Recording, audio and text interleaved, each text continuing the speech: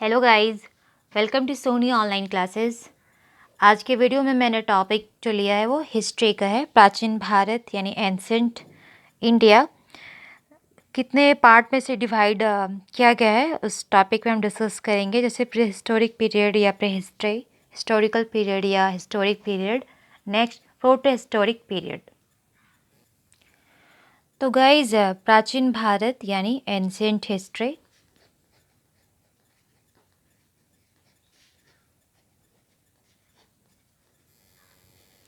Ancient history तो इसे कितने पार्ट में डिवाइड किया गया है ये हम देखेंगे। तो इसे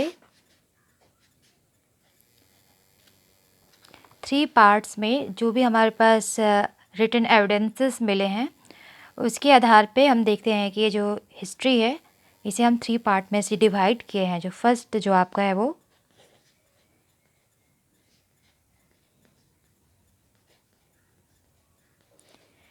प्री हिस्ट्री या फिर इसे हम कहेंगे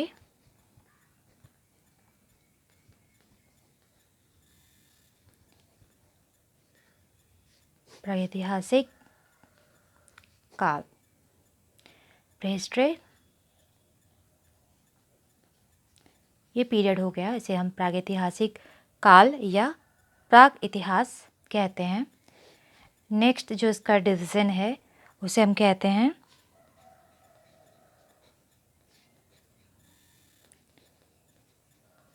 proto historic period. And next जो है वो है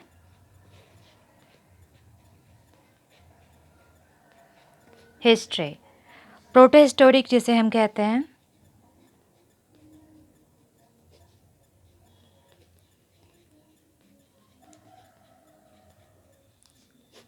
आदि ऐतिहासिक काल और ये हिस्ट्री हो गया इतिहास। तो एंसेंट हिस्ट्री यानी प्राचीन भारत, इसे हम 3 पार्ट्स में डिवाइड किए हुए हैं जो भी हमारे पास रिटन एविडेंसेस है, सोर्सेस है उसके अकॉर्डिंग। तो जो फर्स्ट जो इसका पार्ट है वो प्री हिस्ट्री या प्रीहिस्टोरिक पीरियड बोलिए या प्रागैतिहासिक काल बोलिए या फिर प्राग इतिहास। नेक्स्ट जो है वो प्रोटो हिस्टोरिक पीरियड जिसे आद ऐतिहासिक काल कहते हैं। नेक्स्ट जो है हिस्ट्री यानी इतिहास। तो फर्स्ट जो आपका जो ये डिवीज़न है प्री हिस्ट्री या प्री हिस्टोरिक या प्री हिस्ट्री पीरियड या प्रागैतिहासिक काल, तो इसे हम 3 पार्ट में से डिवाइड किए हैं। फर्स्ट जो है इसका जो सब डिवीज़न है वो उसे कहते हैं पैलिथिक period.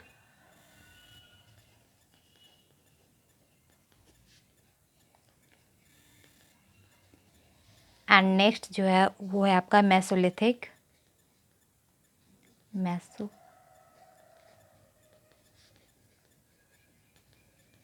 Period. And third one Neolithic period बोलिए या एज बोलिए। पैलिथिक पीरियड ऐसे फिर इसे भी 3 पार्ट्स में डिवाइड किया गया है। Lower Palaeolithic period and next middle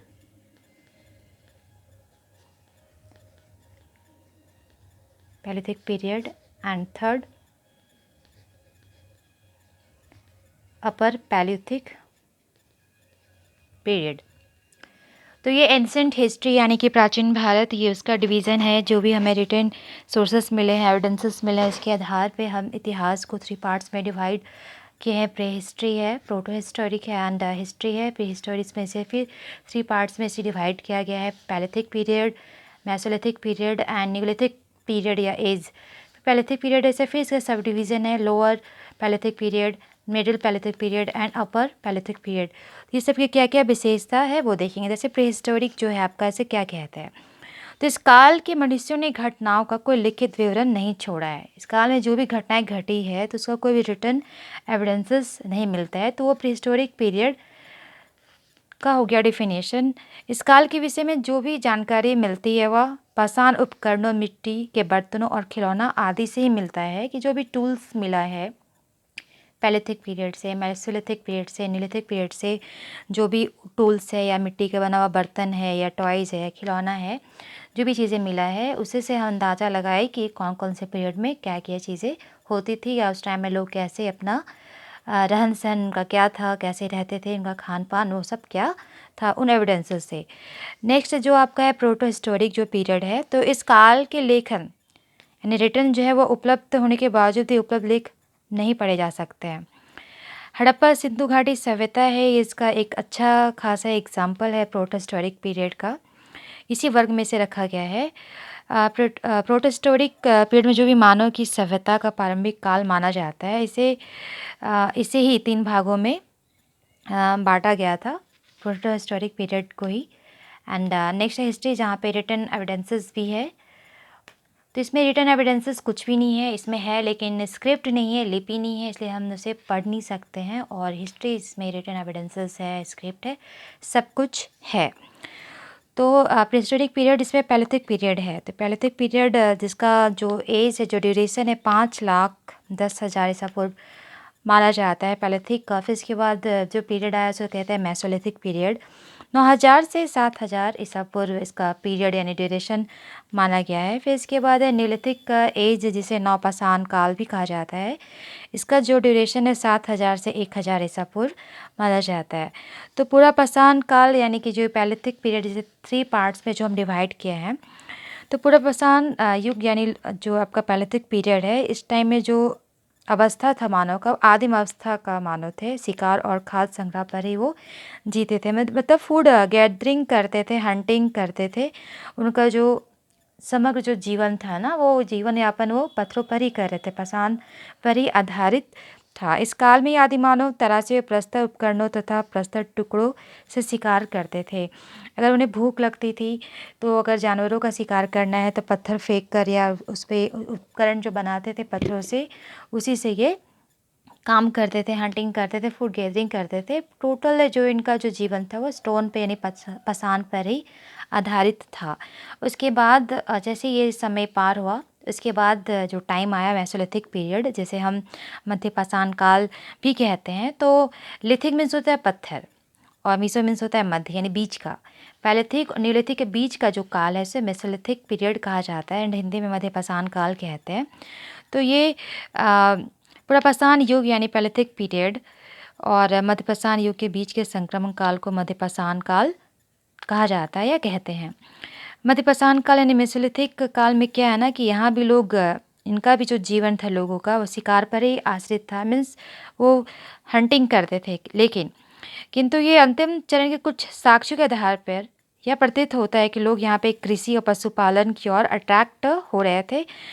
लोग थोड़ा थोड़ा कृषि भी करने लगे थे और कृषि यानी एग्रीकल्चर, पशुपालन यानी एनिमल हस्बेंड्री।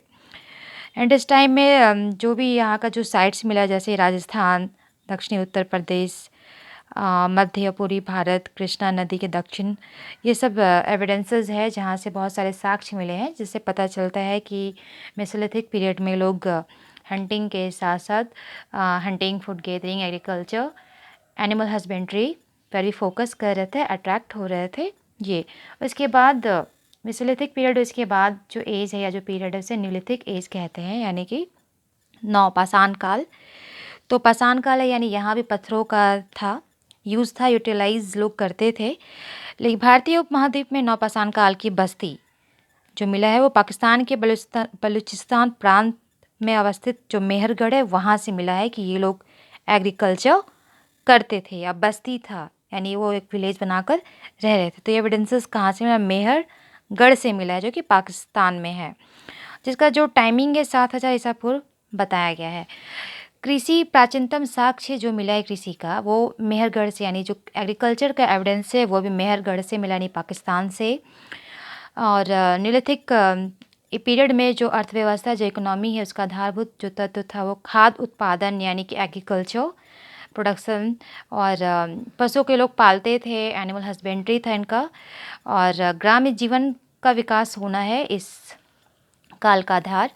आदमगढ़ और बागौर से हमें भी साक्ष्य मिला है जहाँ से पता चलता है कि एनिमल हस्बेंड्री ये लोग करते थे, आदमगढ़ और बागौर से।